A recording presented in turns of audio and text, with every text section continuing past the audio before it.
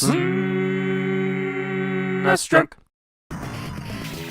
Hello, thanks for taking the time to watch part 11 of another fun series I like to do where I just wander around the arcade landscape and find some weird, fun, and or interesting games that I can talk about. Starting with Godzilla, made by Banpresto back in 1993, and it's considered the first officially licensed fighting game based on the Godzilla franchise. So you've got all the characters here: Mothra, King Ghidorah, Gigan, even Biollante, that weird genetically engineered plant monster thing. Unfortunately, not only did this arcade cabinet stay in Japan, but not many cabinets were made at all, with ArcadeMuseum.com only having 30 of these machines in their database, and it was never released on any other platform, so you gotta play this one any way you can. And as you might expect, the Godzilla universe lends itself really well to a one-on-one fighting game format, especially since between fights you get to smash as much stuff as you can in these bonus levels.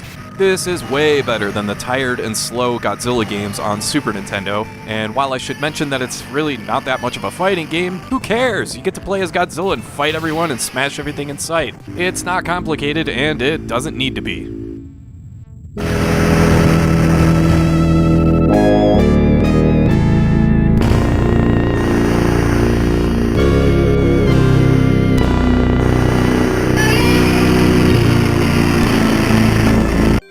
Let's move on to some weirder stuff like Liquid Kids, released by Taito in 1990, and it's the only game I can remember where you play as a young platypus, and he defends his tribe against the evil fire demon, and you do that by throwing water bubbles at everything. The Japanese title is Mizubaku Daiboken, which basically translates to Water Bomb Big Adventure, and yeah, that basically sums up the entire game. A water bomb will stop an enemy in its place, giving you the option to roll it into other enemies, or just to kill it and take it out of its misery. You can also make plants grow to help you access other areas, and you also use it to propel whatever this thing is.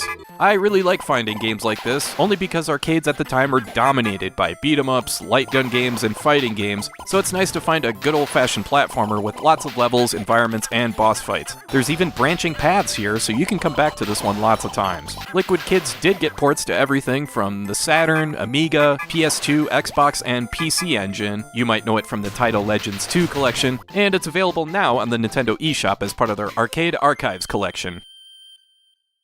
Here's another one that's getting some attention in recent days. Bonanza Bros was originally made for arcades by Sega back in June of 1990, and yeah, I'm cheating a bit here because this game did get a North American port for the Sega Genesis about a year later, as well as a Sega Master System port in PAL regions, but I'm talking about the arcade game here for two reasons. One, this is a classic case of an arcade game that's way better than the home console port since it has lots of extra stuff, including 2 additional levels, making for 12 total, and the second reason is that Sega just filed a new trademark for Bonanza Bros Golden Heist late last month, so there's a good chance we're going to be seeing a bit more of this game in the future. And that's a great thing, because this game is a fun 2-player co-op side-scroller, with the idea being to break into a building, find all the treasure, avoid detection by any of the guards, and then you get the heck out of there all under 3 minutes. You're stealing stuff from antique shops, museums, department stores, cruise ships. It's a really good time, and it's even better with a second player.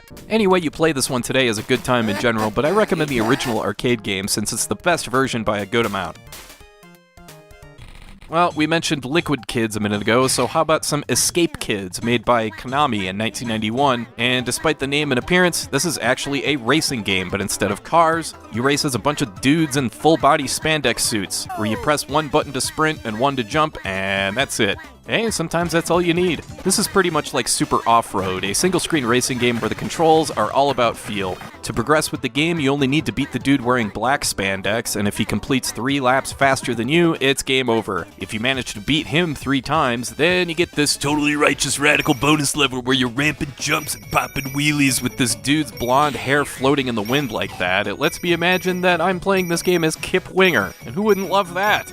Anyway, since it's 90s Konami, Escape Kids is well made, and it's well worth checking out, especially with a second player. I gotta throw in an arcade hidden gem, so let's roll with a game that's actually hidden. This is called Recalhorn, or Recalhorn? I don't know.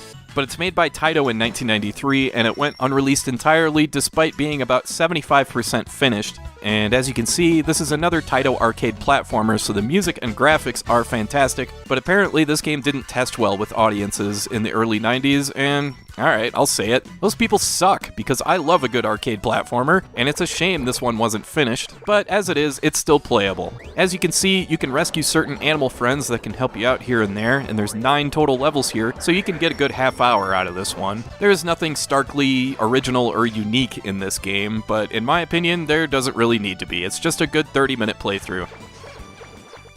Let's move on to beat-em-ups, and here's a good one called B-Rap Boys, made by Kaneko, and released for arcades in 1992. It's actually a sequel to the Sega Genesis game DJ Boy, if you're familiar with that, so it's got the same art style. The thing this game has that its predecessor doesn't, however, is a licensed soundtrack from the group 3 Stories High. If you've never heard of them, there's a reason for that. It's because they only released one EP, but that one EP is all over this game. And man, there's just something about beat-em-ups that make developers really lean into a theme. I've talked about games like Violent Storm and Metamorphic Force, titles that just go so far out with the visuals and soundtrack that they end up becoming their own little self-contained worlds, and those little worlds only exist in the year 1992. Sure enough, B-Rap Boys is very, very 1992, and I love it.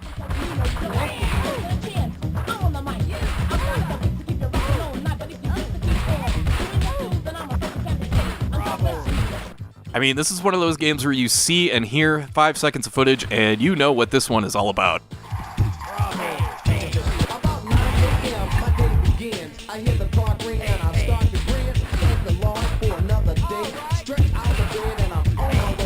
If you're not feeling that 1992, then here's another game from that same year that's got a little more substance to it called Heated Barrel, made by TAD Corporation. This is a top-down shooter that supports up to 4 players. In fact, it's kind of like a top-down version of Sunset Riders. You've got the guy who shoots revolvers, the guy who uses a shotgun, that sort of thing.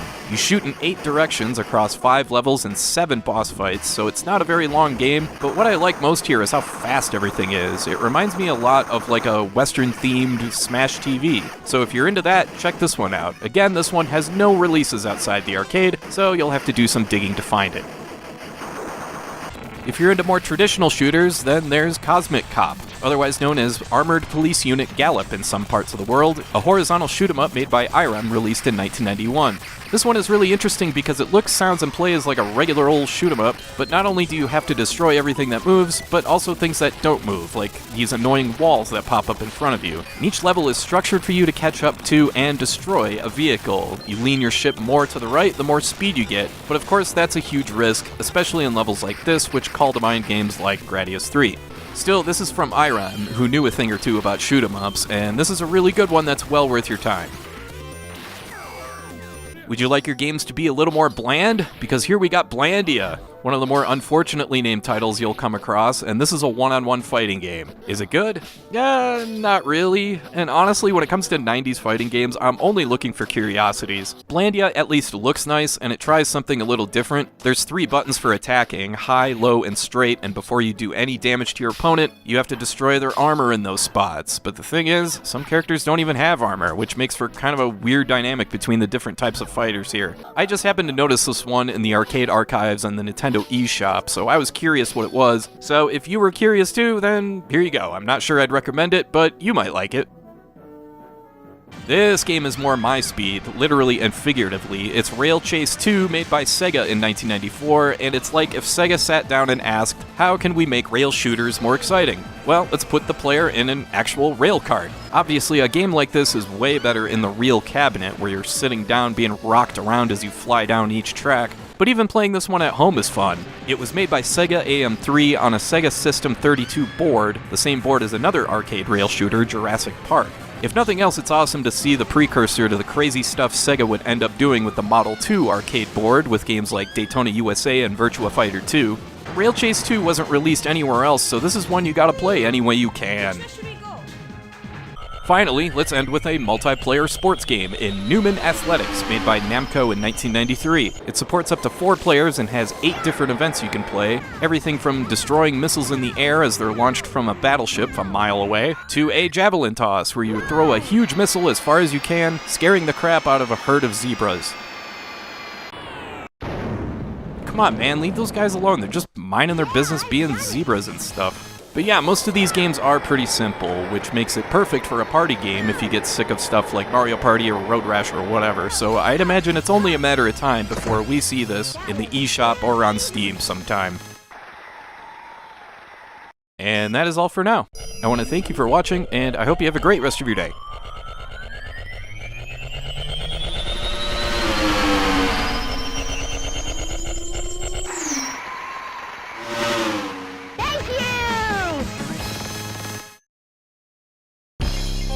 Stay with me, okay? It's the